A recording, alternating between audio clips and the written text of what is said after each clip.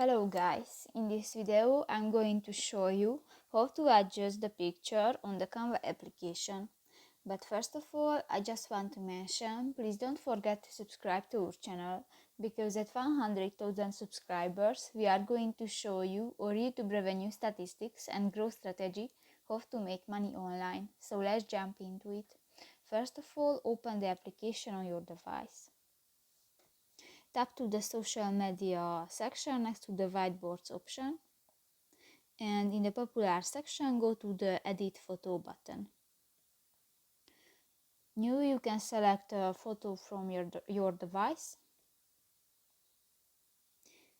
and here go to the adjust button next to the effects option, and here you can find the white balance, light, contrast, color and texture.